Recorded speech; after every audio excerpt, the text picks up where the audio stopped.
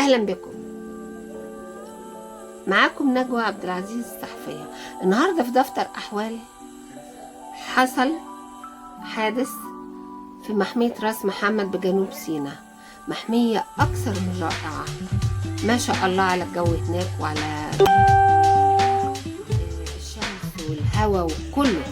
بس حصل ان في سمكة قرش منها لله طلعت كانت هتعرض حياة 3 أشخاص للخطر، وجريت وراهم هجمتهم بشراسة، خلت ال3 أشخاص دول بيعوموا وراحت مهاجماهم.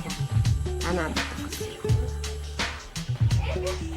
السمكة دي عادت لأذهاننا حادث مهاجمة 3 قروش ل4 سائحين في سنة 2010، منهم سائحة توفاها الله و3 أصيبوا. جت النهاردة السمكة في المحمية خلقت أثناء وجود 3 أشخاص في المية وهجمتهم، مما اضطر رجال المسؤولين في المكان لنقل الأشخاص المصابين للمستشفيات لإسعافهم. وبعدين وزارة البيئة أصدرت بيان قالت فيه إن جالها بلاغ بالحادث، وبناء على ذلك راحت قافلة المحمية لمدة 48 ساعة. ليه؟ لأن ده إجراء احترازي، هتشوف وتبحث السمكة دي منين وكانت واكلة ايه، ولا كان ايه السبب وايه مهاجمتها ديت، واجراء تحقيقات مكثفة وموسعة علشان يتعرف السمكة دي عملت في المكان ده ليه، او جت ازاي، او ايه الاسباب او ملابسات واسباب الحادث كلها.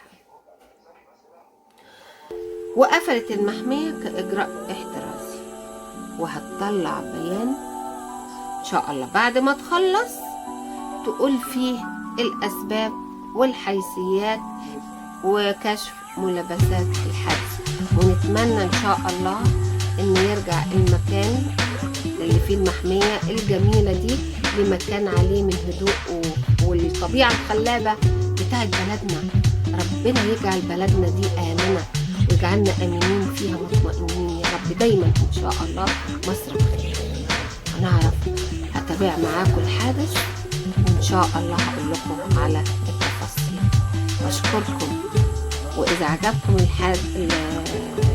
الفيديو شيروا واشتركوا في القناة وفعلوا الجرس ليصلكم كل ما هو جديد، ونتابع مع بعض